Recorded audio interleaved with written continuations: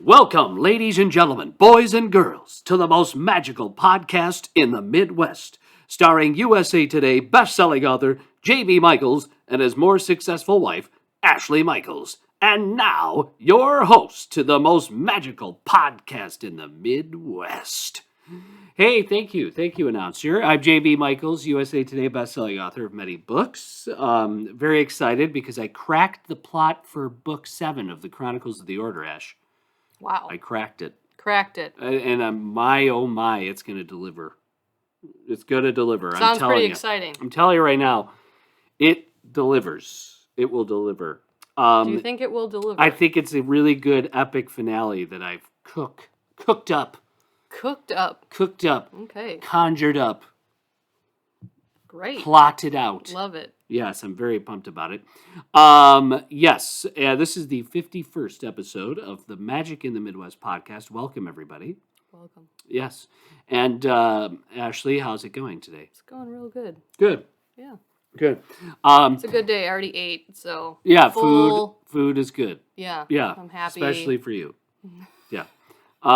You don't feed Ash, the beast is unleashed. I had an Excedrin, so Right. Things are looking up. That's a little jolt of caffeine and aspirin. Jolts of everything. Yes. Lots of drugs, lots of inducement of drugs. When in doubt, take just drugs. Put more drugs. Yeah. Anyway. Magic in the Midwest podcast. Magic in the Midwest. The magic is drugs. Sponsored by anti-inflammatory. Yes. Okay. So. It's bothering me. Okay. Sorry. Yeah. So. What else is I going to say? So yeah, guys, this is the 51st episode. We've got an interesting day. This is part 4 of our weekend trip. Before we go on, I do have some housekeeping. Yes, good. Yes. I was gonna. Oh, I didn't know. I think it's okay to do the housekeeping now. I was going to talk about the Bandcamp episodes. Oh no, go ahead. We have the Magic in the Midwest podcast.bandcamp.com, guys, where you could subscribe or, support the podcast.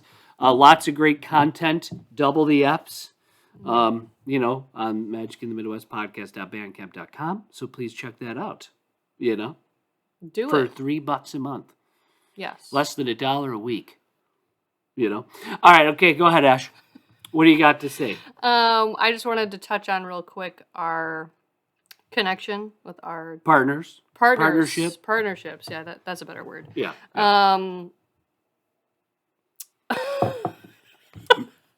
Emily my phone is at Magical Mouse Travel. Yes, Emily at Magical Mouse Travel. She is. I needed some. Oh my God! I was waiting for this to load. Whoa! I have my little the fact notes. that you don't have it memorized. By now. Oh well, then why don't you say it? If you have it memorized, you don't. No, I know what she is. I just want to have my little notes. Oh my gosh, are you for real? Okay, go ahead. She is a vacation planner that we have met via the podcast. She's super great. So if you're looking at booking a trip sometime, I think she talked about them opening certain dates for 2022 already as well, but also for the rest of this year. She is a vacation planner, but specializes in Disney and Universal, and she can also book cruises and all-inclusive resorts, of course, at no cost to you. And she can help you with all the little things. Well, not really little things, but dining and fast passes, and will monitor for savings and can hook you up with airport transfers and can also create a customized itinerary for you and your family. And you can contact her via email at emily@magicalmousetravel.com. And she's super awesome, super helpful. She's very nice. I don't like many people, and I like her. Right. So that is a huge... That's a good plug. I don't like people, but I like this one person. I do. She's really nice. She's great. All right. Yeah. So cool. Yes. So today, ladies and gentlemen, is part 4 of our Diz Getaway. I'm still not done. We're still not done with housekeeping. You don't pay attention. So if you could talk about part 4 one more time without talking about the other stuff, go ahead. You're gonna get socked. Keep going, idiot. Well, JB and I have been talking about getting divorced. No, deep papers yeah, now. I'm ready. Hashtag now. About a few things we can do now that the podcast we've been doing it for about a year to kind of, I don't know, mix things up a little bit.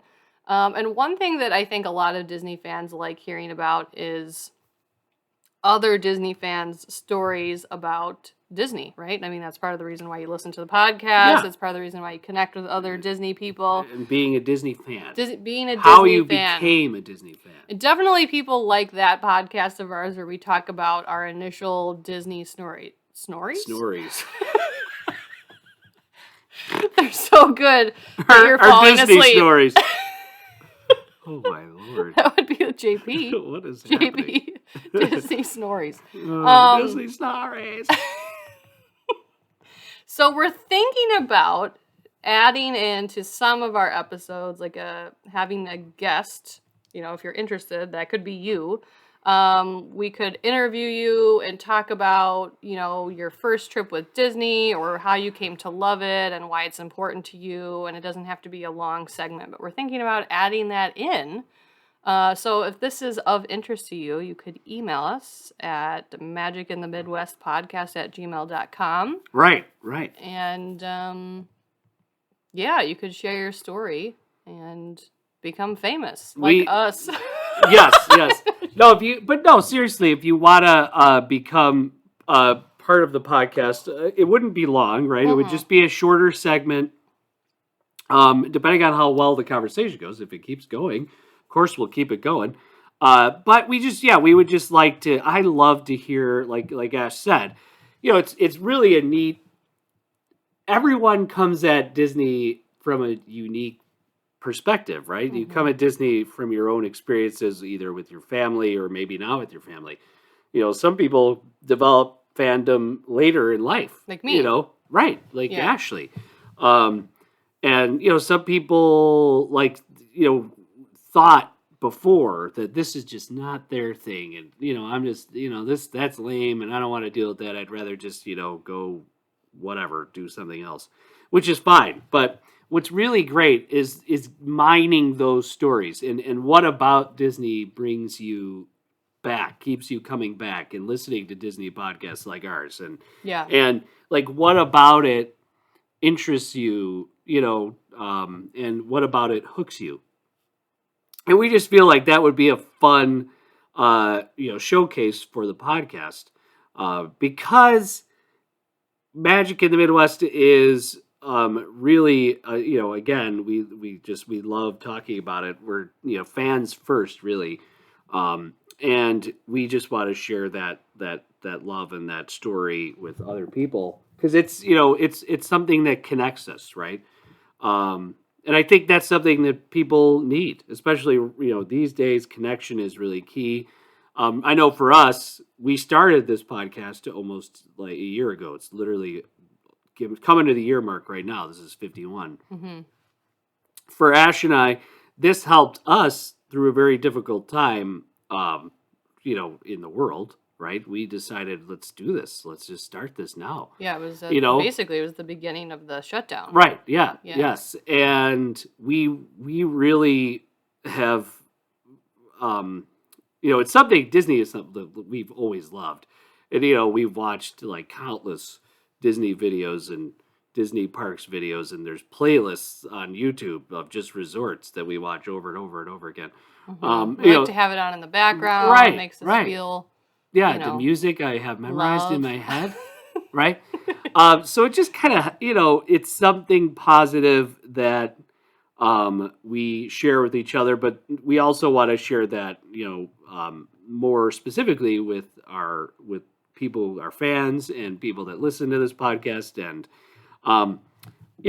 Disney is special. It means so much to me and Ash and our family.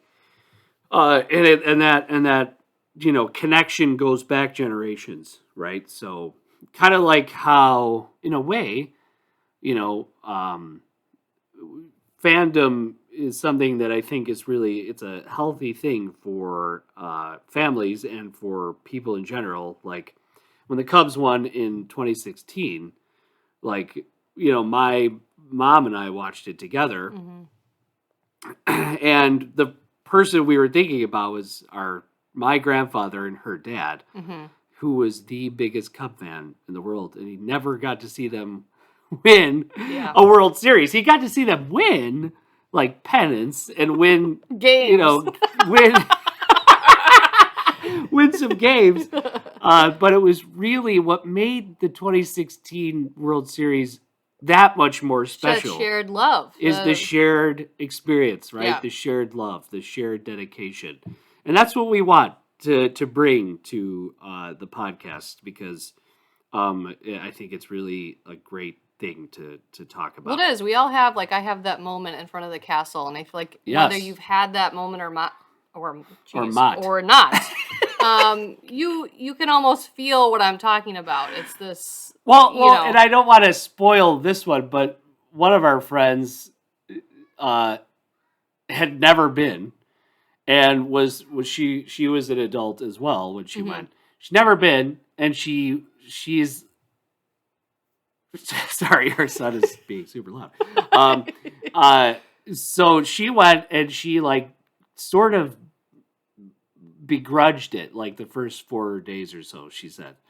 And then the nighttime parade, Main Street Electrical Parade, started up, and she like looked around. She sees people with these Mickey ears or mini ears on, and she like she did it. She just went and got some mini ears by herself. She kind of split off by herself, got some mini ears, and went back out and just enjoyed the parade. And she said that moment that's when she was like, okay, I get it.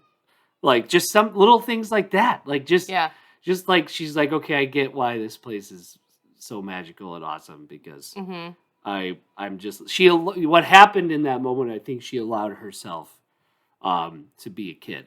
Yeah. You know what I mean? She finally said, okay, I get this. This is like, I'm supposed to just relax and just get lost in this. Just get it, let yourself go a little bit. Yeah, just kind of like let loose. Because it sort of unlocks this, the innocence in all of us, like this childlike wonder, and just dedication to having fun, for the sake of having fun, and just kind of getting engulfed in that, and letting it kind of wash over you, not worrying about all the other stuff, and just kind of being there.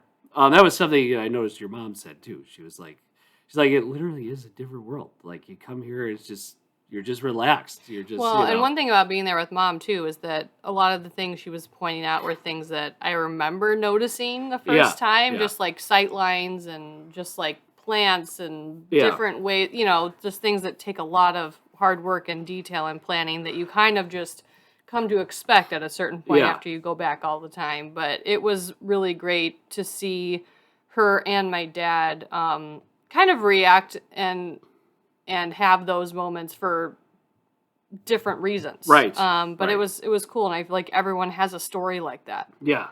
So, yeah. So that is going to be a new feature. We're excited. Please reach out to us, you guys. magicinthemidwestpodcast@gmail.com. Yes, even if you're a little nervous about recording we're or just something going to like record. that. You're not going to be live recording. No, we're just gonna, and you can, you can send us in a recording. We'll help you with that. But if you're at all even just interested in the process, please email. We would love to talk with you about it. Right. Yes. So definitely let us know. So, and if no one volunteers, we're going to start calling out people. Right. So just get ready. Do we need to tell our son to be quiet? Or do you think it's just fine? Crazy that he's yelling so much. It's because he has headphones on. Okay, we could take those off, I guess. So. Well, you go. All right, I will let's pause do that. Yeah. So anyway, well, I guess we should just get into it, Ash. We have talked ad nauseum about some additions to the podcast and fresh things we're adding. But so here's what happened. We went to the Wave, like we talked about last time. We had a wonderful meal. And then we really just went to the Buena Vista gift shop, and just kind of like chilled for a little bit, walked around the gift shop, and then we went just right back home to our room. Yeah. And just relaxed. Really, we didn't do a whole lot that evening. We kind of just fell asleep. So then the next morning we got up and we it was like kind of a gray, a little bit more of a cooler morning. and so the weather wasn't quite as good the second day, as far as sunshine and stuff like that. And then because we stayed at the Contemporary, we walked to Magic Kingdom. So we Yes. just took the walkway. We didn't take any transportation. We didn't take the monorail. We just went right there, walked in. Everything was pretty smooth getting in. I remember it wasn't any issues, right? No, and they've changed. I mean, one thing that's nice about this is they've sort of changed security a little bit. They don't have to, like, they don't look through your bags right now. You go through a different, Yeah, like, I think they metal have detector some thing. other technology that's Yeah. being used. So it kind of speeds up the process. Yes. Speeds up the process, exactly. So that will be, that's interesting. And then, of course, what else did we do? Oh, yeah, and then Well, we had breakfast at the Contempt. oh, yeah, I'm sorry. We should talk about that. Okay. Okay, so you have mobile order, which we've talked about last time, where you order your food in the app, and then you have a window of time to go pick up your food. So we did the Contempo Cafe in the Grand Canyon Concourse, and this time I knew better what to do, so I ordered, and then I just put in right away, like, I'm here. You know what I mean? Right. Because they give you like a half-hour window to pick up your stuff. So I said, I'm here. And then we walked from our room over to the Contempo Cafe, and by the time we were there, it was like maybe 3 to 5 minutes, and our food was ready. Yeah. Right? Because we walked over, we actually got a seat. It was cool. We actually got a nice spot, like right overlooking the Seven Seas Lagoon, which was very pretty. Yeah, there's like this half wall, and then there's more seating off of where like the main seating area Right. is, where I feel like not everyone knows if you can sit there, but you Yeah, can. you can. And we were seated right by the window at like a high top table, and it was really nice. Oh yeah, it was really great. It's just a really nice it was a really nice spot. And we, like we've talked about, the breakfast is really reasonable. Like it's the most reasonable of all the meals. Well, I think we like split.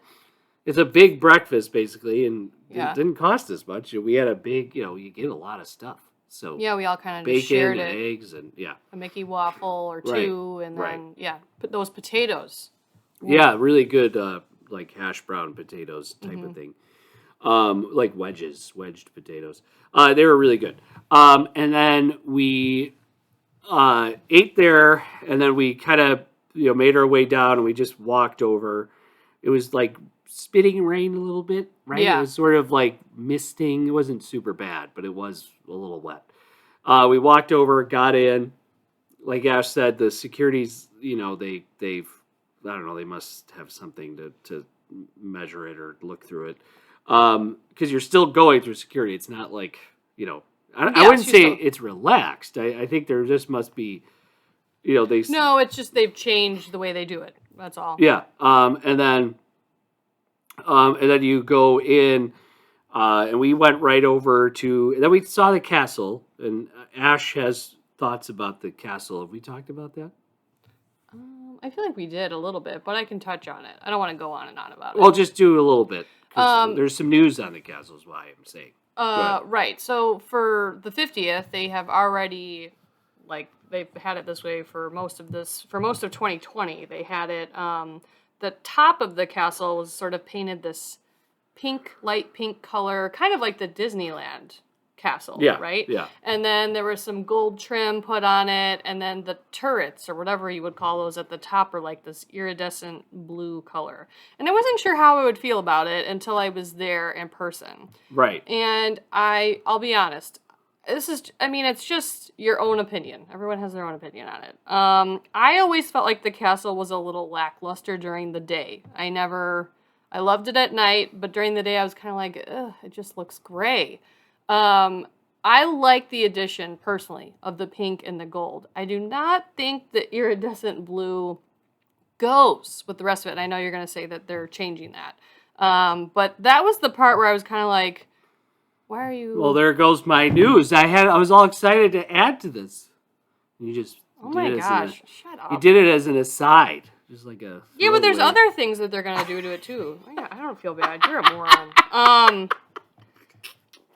Go to HE double hockey sticks. No. You guys didn't see it. He like threw up his hands like I just like gave way away to go! something. There goes my whole point of bringing up the castle. I thought that during the day it looked really pretty. I really liked it, but they have to get rid of that iridescent blue, which maybe enough people were like, that doesn't go. It's horrible.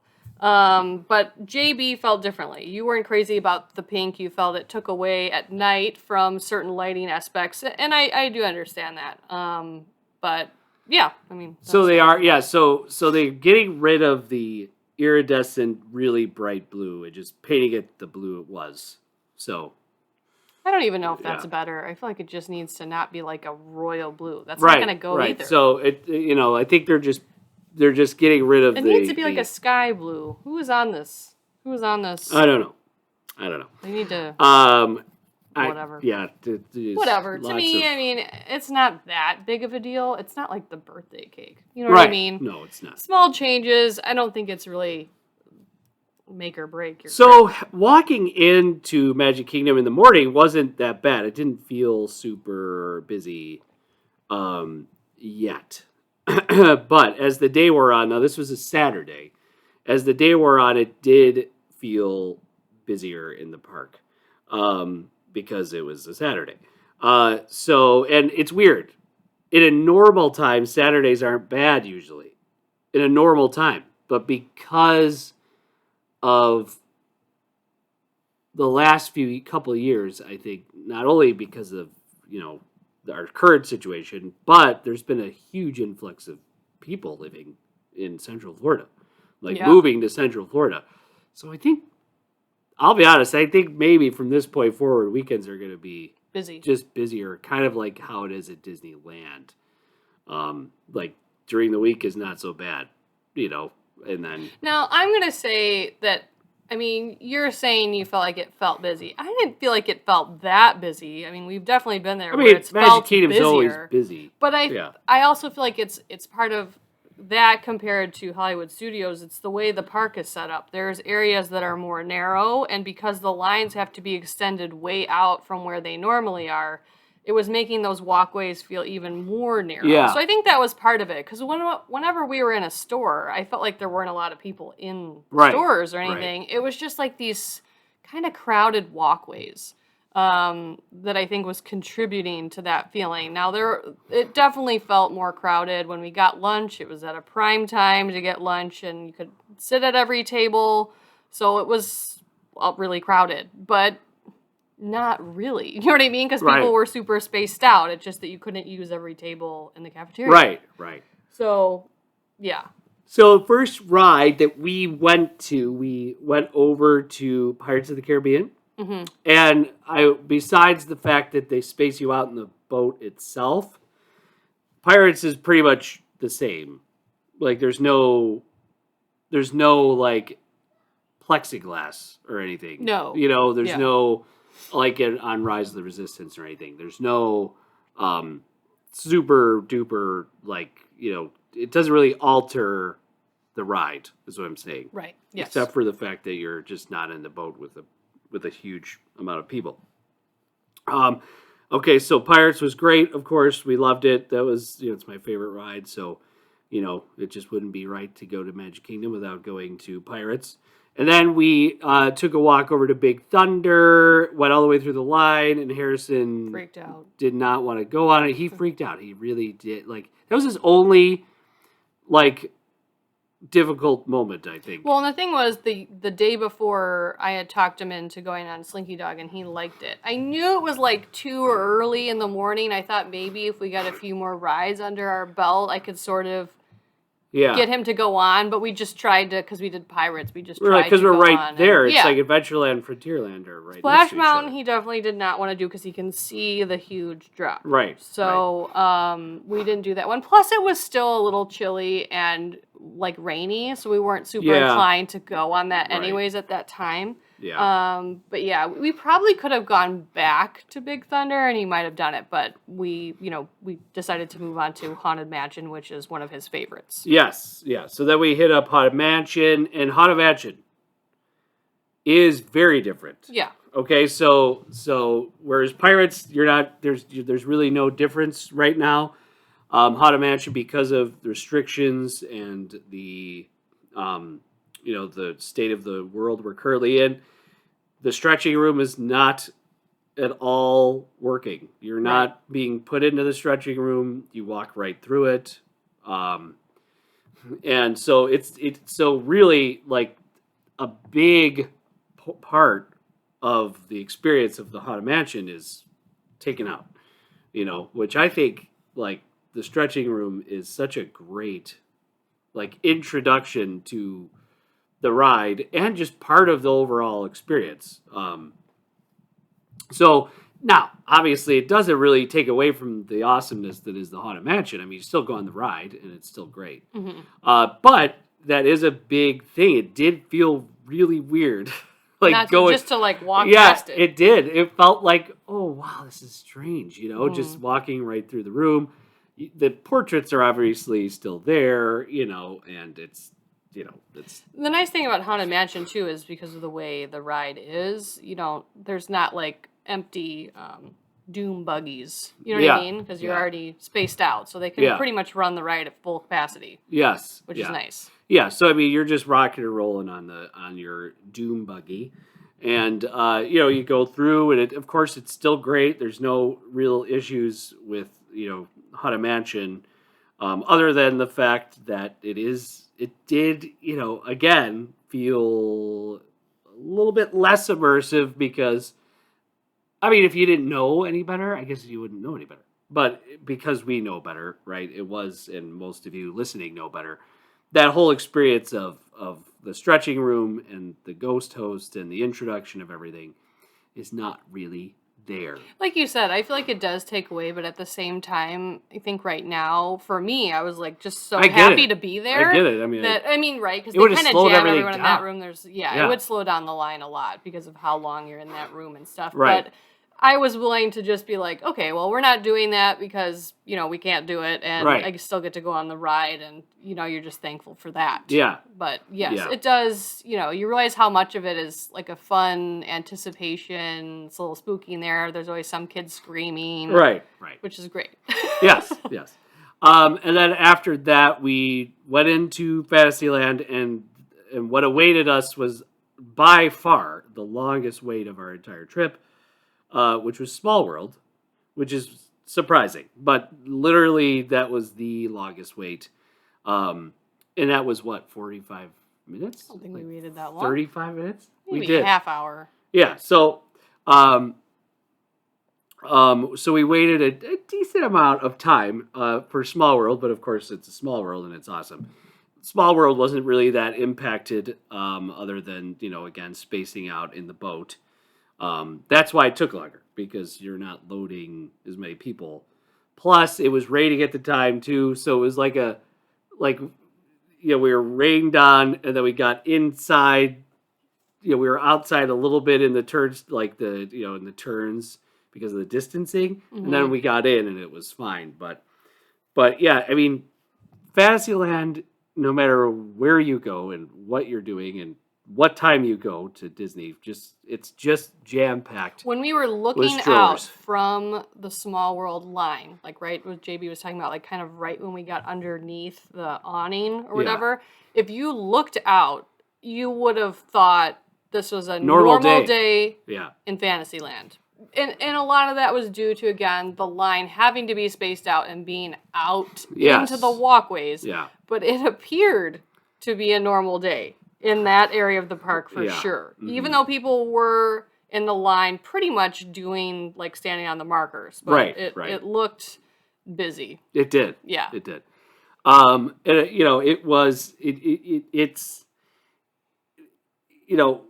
but I will say it's still, like, the little kids in Fantasyland, most of the little kids, everybody had their masks on, so you still felt safe. You still felt okay, Like we said before, if you go, you have to be okay with a certain level of exposure. There are other people around, and Well, I do also notice too is like if you have a big group of people, like the big group of people stays together, right? So they're on a distancing marker altogether, but there might be like 6 or 8 of them. Basically, yes, and people have complained about this. Like, let's say there's a group in front of us of like 8 people, and Yeah. like, the person at the front was standing at that marker. Basically, the last person was almost standing at the next marker back. Right. So you, as the person behind them, has to just choose to stay at the marker behind that one. You have to control you decide who is, where you're standing. You don't have to be on the next marker, and that's just, I think that's assumed that you will do that. Right. So it makes sense, right? So we went there, and then, and then after that we went back over. We're actually not sure exactly. We went to Little Mermaid. That's what it was. Okay. Yeah, we went to Little Mermaid. Little Mermaid moved pretty quick.